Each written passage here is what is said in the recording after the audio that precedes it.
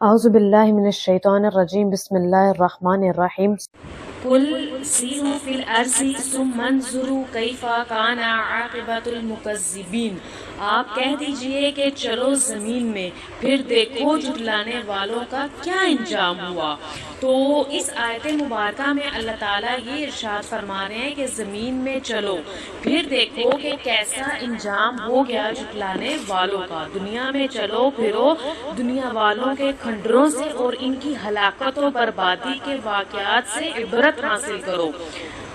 قل لمن ما فی السماوات والارض، آپ کہہ دیجئے کہ کس کی ملکیت ہے، فی السماوات جو آسمانوں میں ہے، والارض اور زمین میں ہے۔ قل للہ، آپ کہہ دیجئے للہ اللہ کی ہے، كتب علی نفسہ الرحمہ،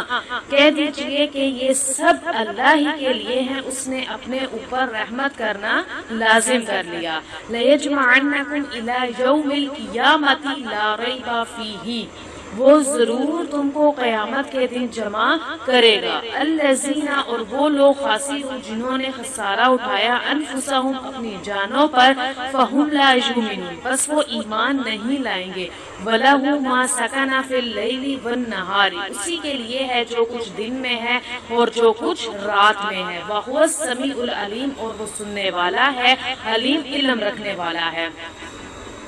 قل اغیر اللہ اتخذ ولیا فاطر السماوات والارض، آپ کہہ دیجئے کیا میں اللہ کے سوا کسی کو مددگار بنا لوں جو پیدا کرنے والا ہے آسمانوں کو اور زمین کو۔ وَهُوَ يُطْعِمُ وَلَا يُطْعِمُ، اور اسے کھلایا نہیں جاتا وہ کھلاتا ہے۔ قل انی امرت ان اکون اول من اسلم ولا تکونن من المشرکین،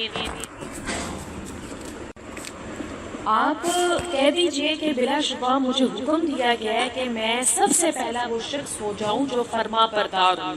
اور آپ ہرگز مشرکین میں سے نہ ہو جائیں۔ تو قل انی اخاف ان عصیت ربی عذاب یوم عظیم، آپ کہہ دیجئے کہ بے شک میں اگر اپنے رب کی نافرمانی کروں تو بڑے دن کے عذاب سے ڈرتا ہوں۔ من یصرف عنہ یومئذ فقد رحمہ، اس دن جس سے عذاب ہٹا دیا گیا سو میرے رب نے اس پر رحم فرمایا۔ ذالک الفوز المبین، یہ بہت بڑی کھلی کامیابی ہے۔ وَإِن يَمْسَسْكَ اللَّهُ بِضُرٍّ فَلَا كَاشِفَ لَهُ إِلَّا هُوَ، اگر کوئی تجھے تکلیف پہنچا دے تو اس تکلیف کا دور کرنے والا بھی اس کے سوا کوئی نہیں ہے۔ وَإِن يَمْسَسْكَ بِخَيْرٍ، اور اگر کوئی تجھے بھلائی پہنچا دے فَهُوَ عَلَى كُلِّ شَيْءٍ قَدِيرٌ، تو وہ ہر چیز پر قادر ہے۔ وَهُوَ الْقَاهِرُ فَوْقَ عِبَادِهِ، وہ اپنے بندوں پر غالب ہے۔ وَهُوَ الْحَكِيمُ الْخَبِيرُ، وہ حکمت والا باخبر ہے۔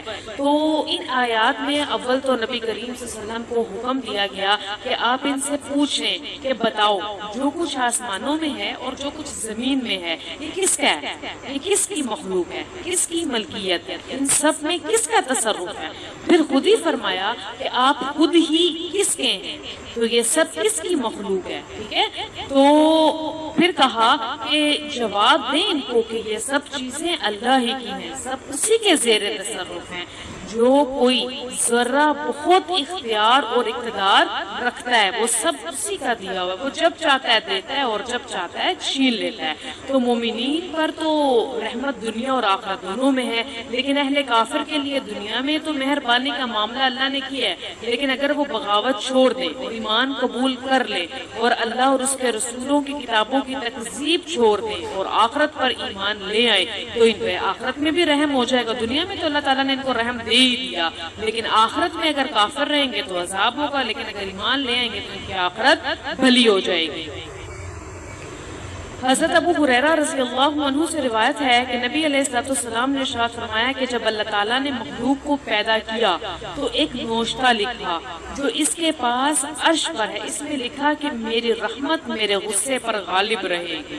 تو دیکھو کہ کتنی بڑی بات، یہ بخاری شریف کی روایت ہے، کتنی بڑی بات ہے۔ اللہ تعالیٰ نے کیا کہا کہ میری جو رحمت ہے وہ میرے غصے پر حاوی ہے، یعنی کہ اتنی رحیم ذات۔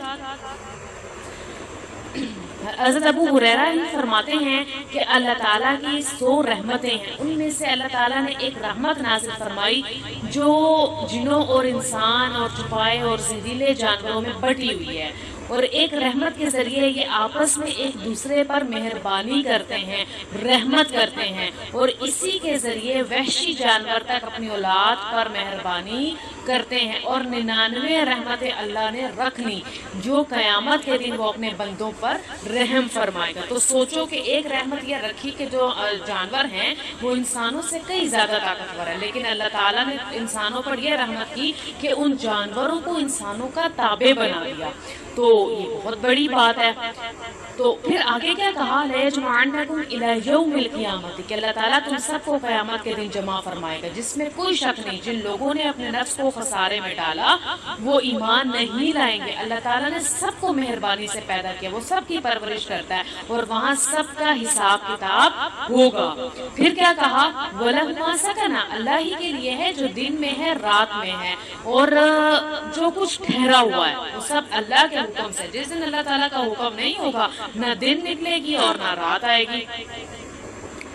تو ساتھ ہی بات کی، کل اغیر اللہ اتخذوا ولیا، جو لوگ مشرک تھے اور اپنے شرک کو چھوڑنے پر تیار نہیں تھے، اور وہ چاہتے تھے کہ نبی کریم صلی اللہ علیہ وسلم توحید دعوت کو چھوڑ دیں اور ہمارے دین میں شامل ہو جائیں، یعنی کہ مشرک ہو جائیں، استغفر اللہ۔ تو یہ بات نہیں تو نہیں تھی، نبی کریم صلی اللہ علیہ وسلم سے پہلے جو انبیاء تشریف لائے تھے ان کے ساتھ بھی یہی معاملہ ہوا تھا۔ تو یہاں پر اللہ تعالیٰ نے کہا کہ یہ آپ ان سے کہیں کہ ایسا کیسے ہو سکتا ہے، اللہ تعالیٰ آسمان کا پیدا کرنے والا، زمین کا پیدا کرنے والا، سب کو کھلاتا ہے۔ مشرکین کی یہ بے وقوفی ہے، اور اس بے وقوفی پر اللہ تعالیٰ نے انہیں تنبیہ کی ہے کہ تم بھی اس کا دیا ہوا کھاتے ہو، اور اس کے علاوہ جس کی پرستش کرتے ہو نا وہ تمہیں کھلا بھی نہیں سکتے، ایک وقت کا کھانا نہیں کھلا سکتے جس کی تم پرستش کرتے ہو۔ تو آگے کہا کہ انی امرت ان اکون اول من اسلم، آپ کہہ دیجئے کہ مجھے حکم دیا گیا کہ میں اپنے رب کا سب سے پہلا فرما بردار بن جاؤں، آپ ہرگز مشرکین میں سے نہ ہو، ٹھیک ہے نا، یعنی کہ مشرکین کبھی بھی کامیاب نہیں ہیں۔ اس کے بعد کیا بات کہی کہ اگر تجھے کوئی تکلیف یا دکھ اللہ تعالیٰ پہنچانا چاہے تو اس کے علاوہ کوئی تجھے دور بھی نہیں کر سکتا، اور اگر اللہ تعالیٰ تجھے کوئی بھلائی دینا چاہے تو اللہ کی ذات کے سوا کوئی اس کو نقصان نہیں پہنچا سکتا۔ تو یہ آیت جو ہے وہ بڑی سمجھنے والی چیز ہے، اگر اللہ تعالیٰ نے کامیابیاں آپ کے مقدر میں لکھ دی ہیں تو وہ آپ کو مل کے رہیں گی، کوئی آپ کا کچھ نہیں بگاڑ سکتا، لیکن اگر اللہ تعالیٰ نے آپ کے لیے مشکلات لکھی ہیں تو انہیں اللہ کی ذات کے سوا کوئی بھی بابا جو ہے وہ ٹال نہیں سکتا۔ آپ بڑے سے بڑے پیر کے پاس چلے جائیں اور بڑے سے بڑے جو ہے وہ مرشد کے پاس چلے جائیں، لیکن اگر اللہ نے آپ کے مقدر میں نہیں نہ لکھا تو وہ آپ کو کبھی بھی نہیں ملے گا۔ تو جب بھی مدد مانگے انسان اللہ سے مانگے، اور اس کا یقین رکھ کر مانگے کہ اگر ساری امت جو ہے وہ اس مقصد سے جمع ہو جائے کہ تجھے نفع پہنچا دے تو کوئی تمہیں نقصان نہیں دے سکتا، اور اگر کوئی نقصان پہنچا دے تو کوئی آپ کو نفع نہیں دے سکتا، تو یہ آپ کے اللہ نے آپ کے مقدر میں لکھ دیا ہے، نفع اور نقصان اللہ کے قبضے قدرت میں، وہ جسے چاہے محروم کر دے اور جسے چاہے دے دے، ٹھیک ہے۔ تو دکھ، تکلیف، نقصان یہ سب اس کے ذمے ہے، اور وہ اس نے اپنی قدرت میں رکھا ہوا، انسانوں کی قدرت میں نہیں رکھا، اور نہ ہی انسانوں کی قدرت میں یہ رکھا ہے کہ وہ آپ سے تکلیف کو ٹال دے گا یا آپ سے بیماری کو ٹال دے گا، ایسا نہیں ہوگا۔ وَهُوَ الْقَاهِرُ فَوْقَ عِبَادِهِ، کیا کہا کہ وہ اپنے بندوں پر غالب ہے، حکمت والا ہے، وہ جسے جس حال میں رکھے اسے اختیار ہے۔ کل ایُّ شیء اکبر شہادہ، آپ کہہ دیجئے گواہی کے لیے سب سے بڑھ کر کون سی چیز ہے، قل للہ، آپ کہہ دیجئے کہ میرے اور میرے درمیان، شہید بینی و بینکم، میرے اور میرے درمیان اللہ گواہ ہے، وَأُوحِیَ إِلَیَّ هَٰذَا الْقُرْآنُ لِأُنذِرَکُم بِهِ وَمَن بَلَغَ، اور میری طرف یہ قرآن وحی کے ذریعے بھیجا گیا ہے تاکہ میں اس کے ذریعے تمہیں اور جس کو یہ قرآن پہنچے اس کو اس سے ڈراؤں۔ اِنَّکُمْ لَتَشْهَدُونَ أَنَّ مَعَ اللَّهِ إِلَٰهًا آلِهَةً أُخْرَىٰ، ٹھیک ہے۔ تو کیا کہا، کیا تم گواہی دیتے ہو کہ اللہ کے سوا دوسرے معبود ہیں؟ قُل لَا أَشْهَدُ، آپ کہہ دیجئے میں تو گواہی نہیں دیتا، قُلْ إِنَّمَا هُوَ إِلَٰهٌ وَاحِدٌ، آپ کہہ دیجئے صرف وہی ایک معبود ہے، وَإِنَّنِي بَرِيءٌ مِّمَّا تُشْرِكُونَ، اور بلا شبہ میں ان سے بیزار ہوں جنہیں تم شریک بناتے ہو. الذین آتیناہم الکتاب یعرفونہ کما یعرفون ابناءہم، اور جن لوگوں کو ہم نے کتاب دی وہ رسول کو پہچانتے ہیں ایسے جیسے کہ وہ اپنے بیٹوں کو پہچانتے ہیں. الذین خسروا انفسہم فہم لا یؤمنون، لیکن جن لوگوں نے اپنی جانوں کو ضائع کیا خسارے میں رہے سو وہ لوگ ایمان نہیں لائیں گے. تو اب جب نا مشرکین نبی کریم صلی اللہ علیہ وسلم کی خدمت میں آئے اور کہنے لگے اے محمد کیا تم اللہ کے سوا کسی دوسرے کو معبود جانتے ہو؟ تو آپ نے فرمایا کہ لا الہ الا اللہ، اللہ کے سوا کوئی معبود نہیں، میں اسی کو لے کر بھیجا گیا ہوں اور اسی کی طرف دعوت دیتا ہوں. تو اس پر اللہ تعالیٰ نے آیت مبارکہ یہ والی نازل کر دی، قل ای شیء اکبر شہادۃ، آپ کہہ دیجئے کون سی چیز شہادت کے اعتبار سے بڑی ہے؟ پھر خود ہی جواب دیا کہ اللہ میرے اور تمہارے درمیان گواہ ہے، اس سے بڑھ کر کسی کی گواہی نہیں ہے، اس نے مجھے اپنا پیغمبر بنا کر بھیجا اور لا الہ الا اللہ کی دعوت دینے کا حکم دیا، میں اس کی دعوت پر قائم ہوں اور اسی کا پابند ہوں. تو اللہ تعالیٰ نے جو معجزات اور آیات عطا فرمائے تھے تو ان سے آپ کے رسول پر وقت ہونے کی تصدیق ہوتی ہے اور اللہ تعالیٰ کی طرف باسط اور رسول ہونے کی گواہی ہے.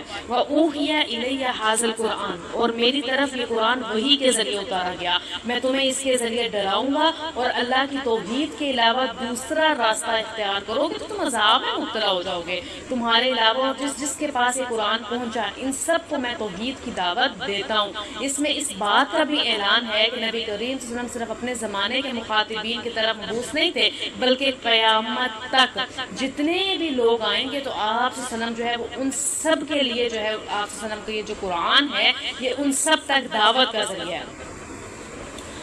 تو آگے آخر میں ذکر کیا الذین آتیناہم الکتاب، تو اس میں یہود و نصارہ کی ہٹ درمی ذکر کی کہ جن لوگوں کو ہم نے کتاب دی وہ ان کو پہچانتے ہیں کہ وہ واقعی اللہ کے نبی ہیں ایسے، اور اس کتاب کو ایسے پہچانتے ہیں جیسے اپنے بیٹوں کو پہچانتے ہیں، کیونکہ تورات اور انجیل میں آپ کی آمد کی خبر اور بشارت پڑھ چکے تھے اور جو صفات اور علامات آپ کے بارے میں بتائے گئے تھے انہیں دیکھ چکے تھے، لیکن پہچاننے کے باوجود منکر رہے. تو اس وجہ سے ان لوگوں کے بارے میں کہا کہ الذین خسروا، ان لوگوں نے اپنی جانوں پر ظلم کیا، اپنی جانوں کو تباہ کر بیٹھے، لہٰذا یہ لوگ ہرگز ایمان نہیں لائیں گے.